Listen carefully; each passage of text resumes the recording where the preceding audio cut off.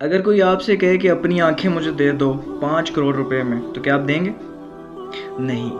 کیوں؟